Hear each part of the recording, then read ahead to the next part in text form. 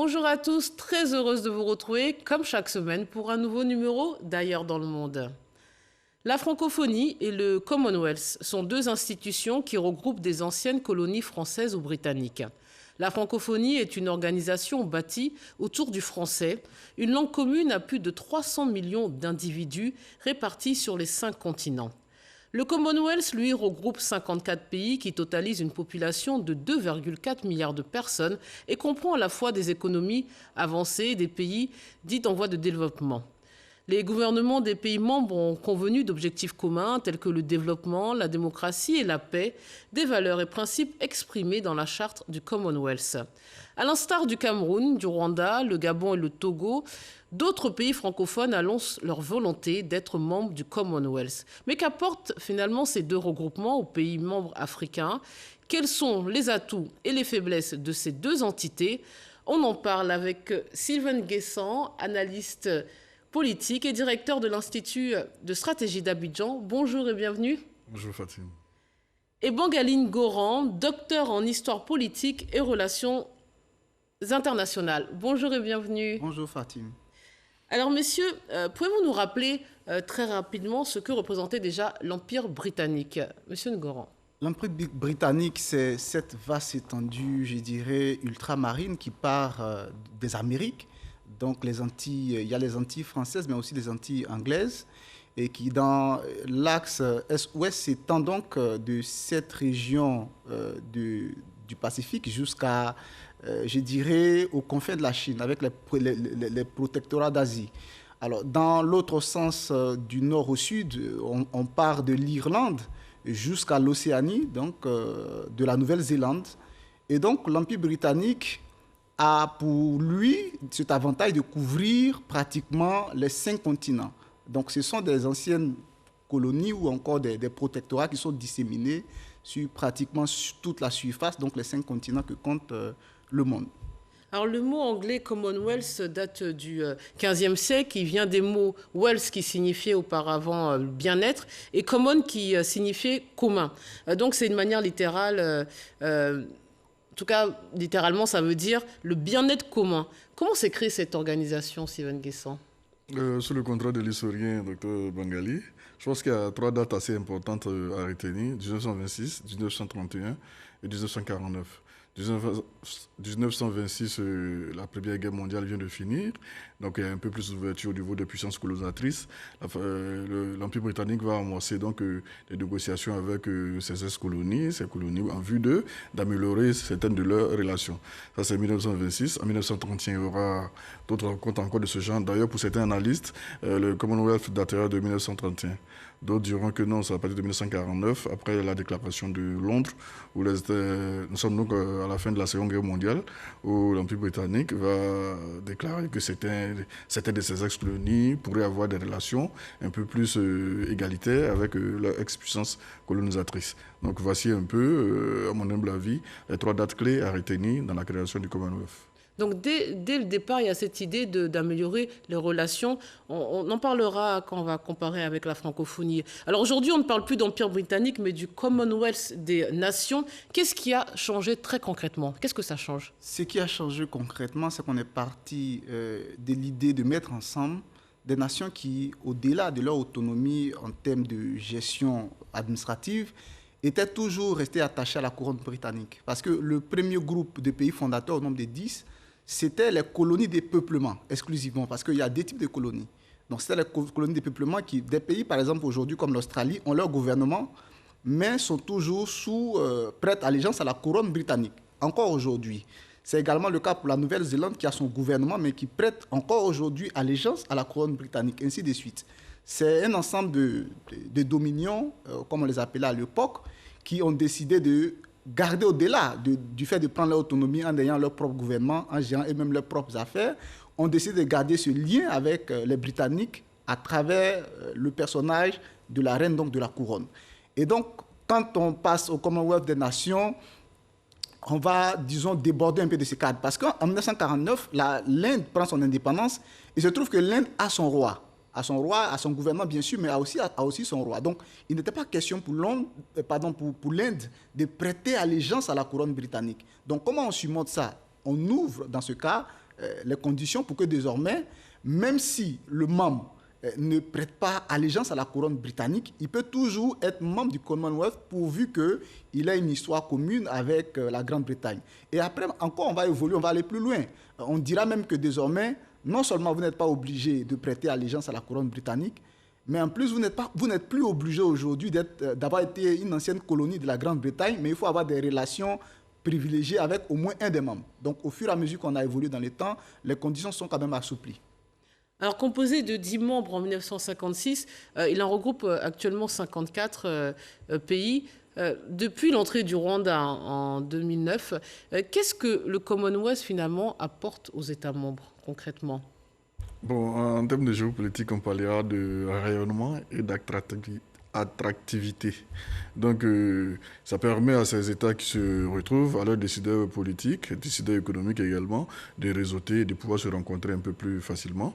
Parce que de toutes les façons, il y a un cadre de rencontre qui est officiel. Donc, ça permet quand même à ces pays aussi de pouvoir mieux se vendre, de faire le lobbying auprès de l'ex-puissance colonisatrice, qui est le Royaume-Uni, qui est quand même une puissance nucléaire, qui fait partie des nations les plus riches, donc d'améliorer les relations commerciales ou alors d'attirer des investisseurs. Mais c'est ça pour résumer, en termes d'attractivité, de rayonnement, il s'agit d'améliorer la visibilité économique de ces pays qui adhèrent au Commonwealth. Mais on a l'impression que ce que vous dites, ça concerne peut-être plus les pays africains. Vous pensez que c'est le même rayonnement pour d'autres pays, d'autres continents ? Bien sûr, oui. Bien sûr. Commercer avec le Royaume-Uni, déjà, c'est pas rien, parce que derrière le Royaume-Uni, il y a aussi la grande puissance, les États-Unis, etc., etc. Donc, c'est un canevas qui a tout trouvé pour eux, ces puissances-là également, d'étendre également leur visibilité, leur rayonnement aussi à l'international. On le verra tout à l'heure avec la francophonie. Quand, dans tous ces pays dont parlait tout à l'heure le Dr Bangali, c'est en 4 États, on parle la langue anglaise, c'est quand même un instrument j'allais dire d'échange, de dialogue, mais aussi un outil de puissance du Royaume-Uni.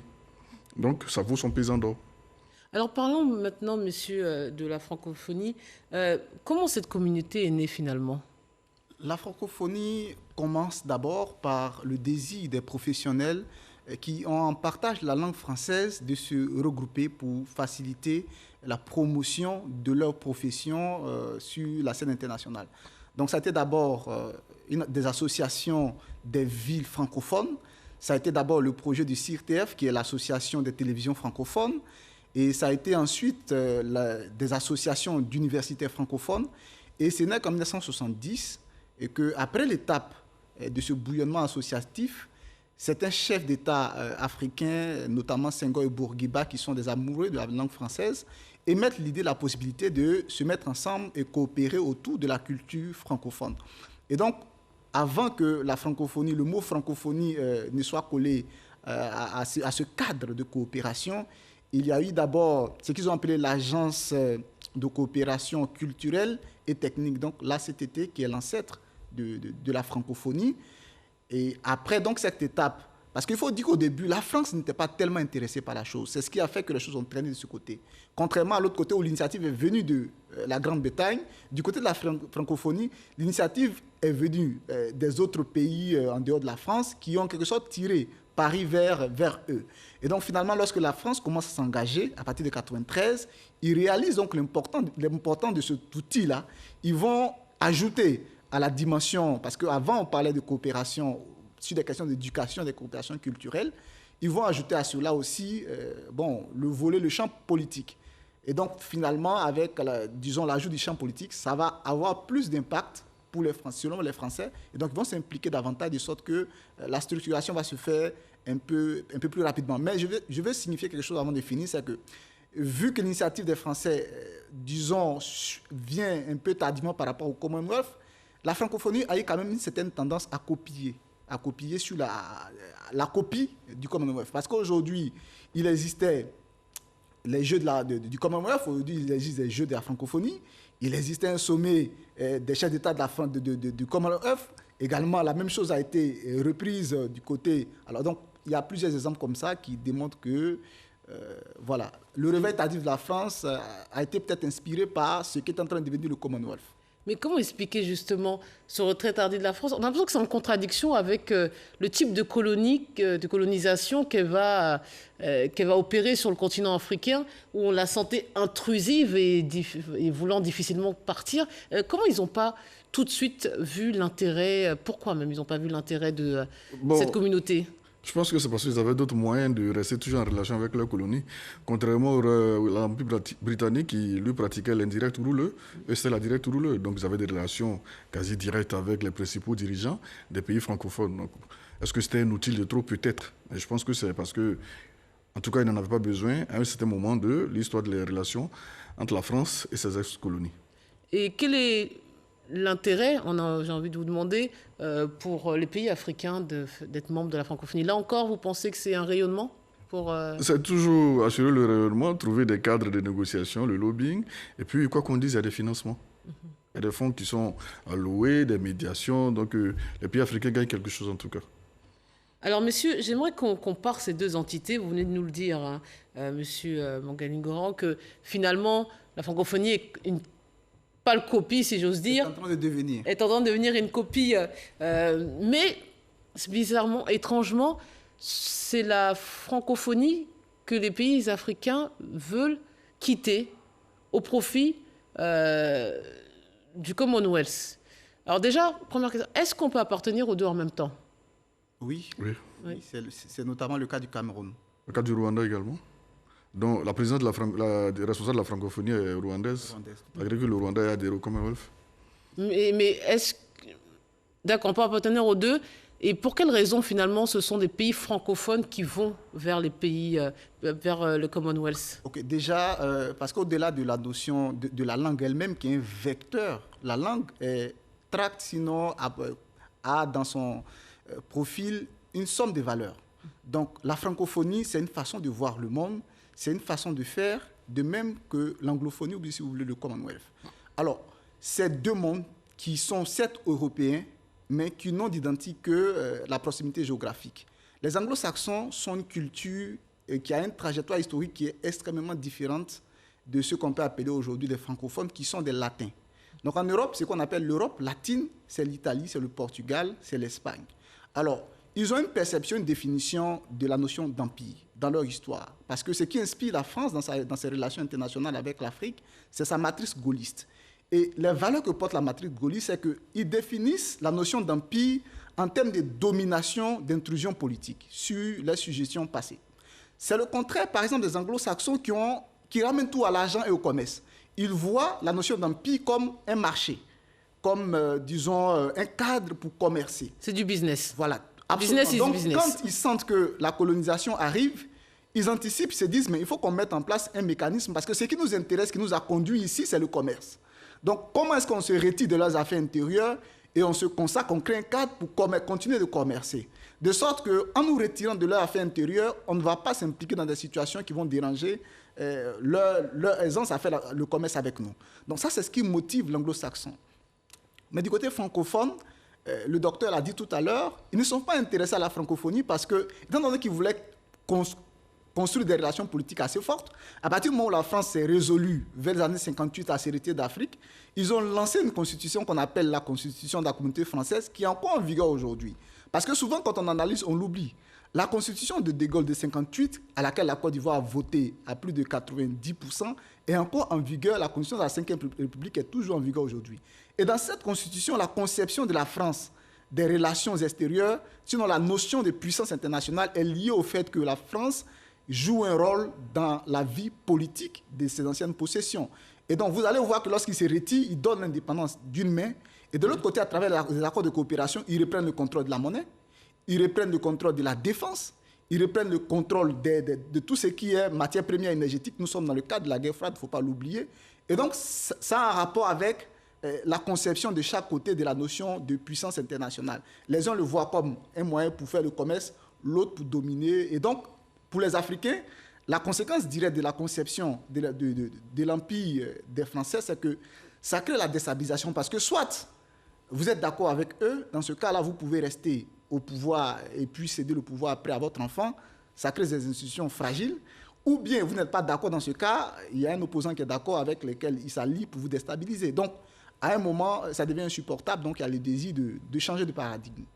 Donc là, vous venez d'expliquer très clairement la différence entre les deux mentalités, on a envie de dire. Et les anglo-saxons. Tout à fait. Mais on a l'impression qu'aussi, à travers cette langue qui permet une certaine culture, une vision du monde, d'un état d'esprit, on a l'impression qu'aussi, à travers leurs langues respectives, ils nous ont, si j'ose dire, inoculé une mentalité quand on voit les pays anglophones et francophones sur le continent africain, dont à chaque comparaison, on a l'impression que là aussi, c'est deux mondes qui nous séparent.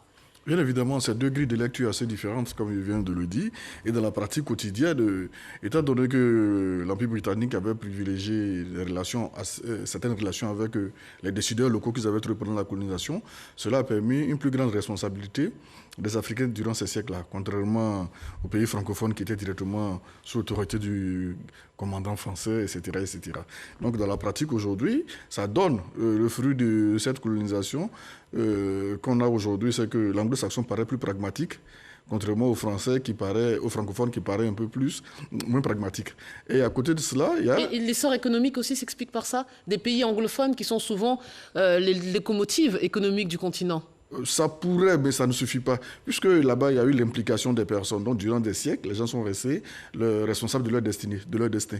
Donc, ils ont le système éducatif également, dont il en parlait. C'est deux grilles de lecture quasiment différentes. On apprend à l'un à se prendre en charge.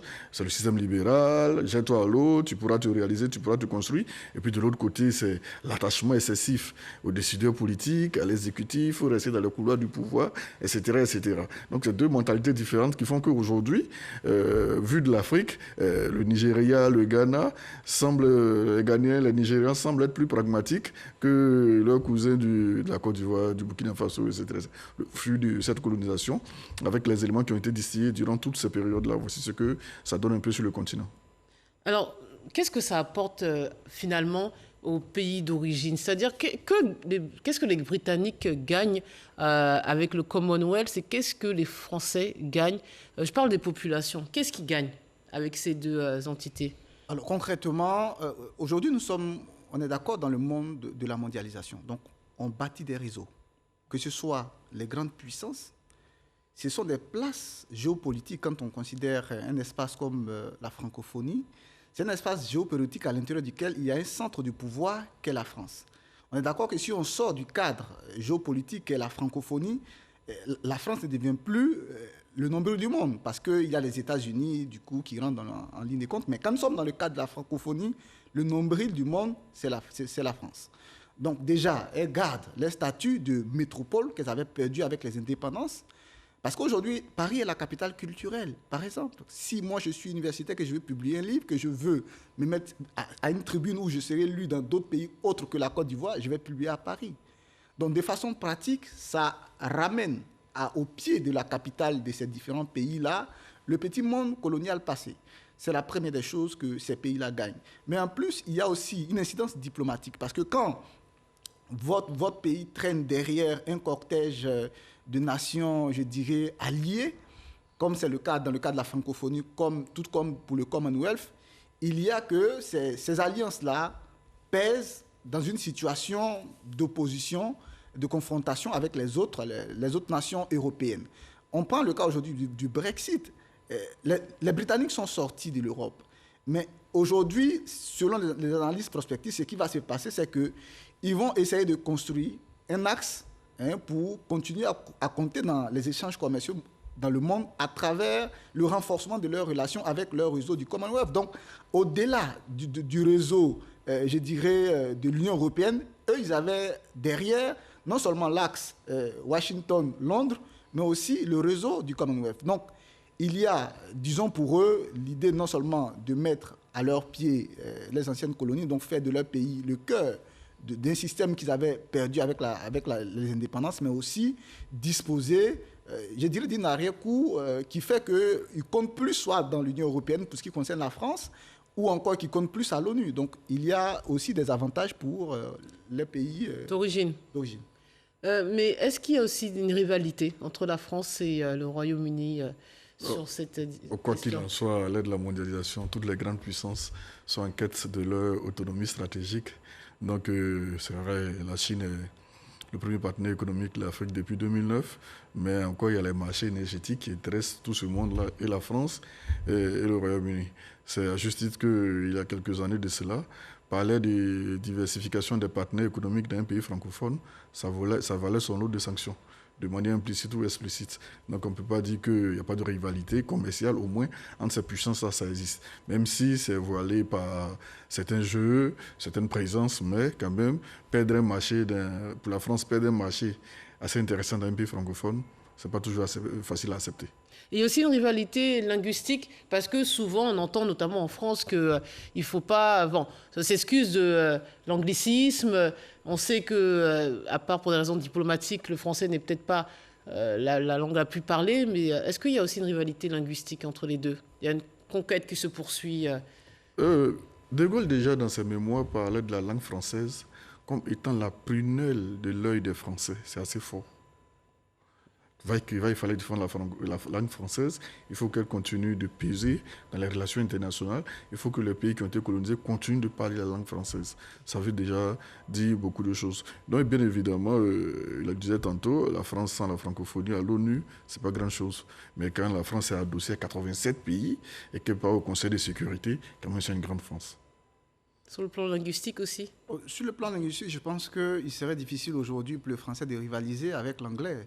Pour une simple raison, c'est que nous sommes dans le contexte de la mondialisation. Et la mondialisation a été inventée par les Britanniques. L'Empire britannique, qui, tout à l'heure on l'a expliqué, couvre le monde entier. Donc, les Britanniques sont les premiers promoteurs de la mondialisation, même si après, les États-Unis ont pris le relais avec les institutions de Bretton Woods qui sont toutes concentrées là-bas, Wall Street et tout ça. Bon, finalement, aujourd'hui, la langue officielle de la technologie, de la langue officielle d'Internet, de tous les instruments de la globalisation, c'est l'anglais. Et aujourd'hui, même au niveau des universités, parce que le dernier rempart du français, c'est l'enseignement, c'est les sciences sociales. Mais il y a une réforme aujourd'hui qui a commencé, pour ce qui concerne l'Afrique en Éthiopie, qui est aujourd'hui à l'étape du Rwanda, qui s'appelle la réforme des STEM. Les STEM, c'est un acronyme en anglais qui veut dire sciences, technologie, ingénierie et mathématiques. Donc, ce sont les différentes spécialités qui ont une forte implication sur l'économie, qui seront privilégiées de plus en plus dans les universités. Aujourd'hui, au Rwanda, la réforme vient d'être lancée où on demande à ce que, dans l'admission des étudiants, on accepte 90% du STEM et 10% seulement des sciences sociales. Donc, au niveau de l'instruction, dans son sanctuaire, son dernier sanctuaire qui est l'université, le français sera rudement mis à l'épreuve. Et aujourd'hui, on compte sur le fait que quand vous faites votre diplôme, que au fur et à mesure que vous avancez, vous allez tendre vers le doctorat, vous êtes de plus en plus confronté à l'anglais. Même quand vous êtes dans un pays francophone. Même quand vous voulez voyager, à partir du moment où vous êtes sur le tarmac de l'aéroport, déjà vous n'êtes même pas encore sorti de la Côte d'Ivoire ou encore de la francophonie, on commence déjà à vous parler l'anglais. Donc, au niveau à cause de la mondialisation, ce n'est pas possible que le français puisse rivaliser avec l'anglais. Alors, quel sera l'avenir de ces deux entités finalement? On parle de perspectives à la fois pour Commonwealth et le pays et la francophonie. Vous pensez que plus en plus d'États vont vouloir quitter, enfin pas quitter, mais en tout cas adhérer au Commonwealth? Je suis assez affirmatif sur cette question. Parce que, comme il le disait, c'est vrai qu'on tend de plus en plus vers un monde apolaire. Les États-Unis ne seront plus la grande puissance, la puissance unipolaire qu'elles ont été de 90 jusqu'à maintenant. Il y aura la Chine, des blocs régionaux. Mais la langue mondiale va demeurer la langue anglaise pendant un long moment encore. Tant que les Chinois vont parler l'anglais, tant que les Indiens vont parler l'anglais, qui sont des puissances nucléaires, le Royaume-Uni, tant que les États-Unis demeureront cette puissance, même si on rentre dans un monde apolaire, ça sera difficile pour les ressortissants des pays comme la Côte d'Ivoire et le Burkina Faso de ne pas essayer de parler la langue anglaise, puisque ça c'est la langue mondiale, c'est la langue du commerce, c'est la langue de la technologie, comme il le disait, c'est même de plus en plus la langue religieuse, etc. Quand un Ivoirien et un ressortissant du Moyen-Orient se rencontrent, c'est en anglais vous parlez. Voilà, quand vous rencontrez un ressortissant en dehors de la France, de l'Europe, danois et autres, russes, vous vous exprimez en anglais. Il n'y a pas autre langue. Donc je pense que pendant longtemps encore, la langue anglaise va rester la langue mondiale. Et donc ça va nous obliger, nous autres, si ce n'est déjà fait, aujourd'hui postuler à l'international sans parler l'anglais, c'est vraiment rien. Voilà, même si vous avez fait toutes vos études en Côte d'Ivoire, mais vous êtes obligé au moins de connaître le bon à bas de la langue anglaise, ce qui n'est pas forcément le cas des Anglais. Oui, ils n'apprennent pas aussi facilement le français. Peut-être pour des questions, on va dire, de littérature, comme vous le disiez, et peut-être pour la culture générale. Donc, là, quoi, la francophonie est en perte de vitesse ou ne doit plus s'attendre à briller sur les scènes internationales? Pas en perte de vitesse, disons qu'elle fait ses efforts pour se maintenir, parce qu'il faut quand même reconnaître qu'au-delà même des autres nations, sinon il y a deux phénomènes.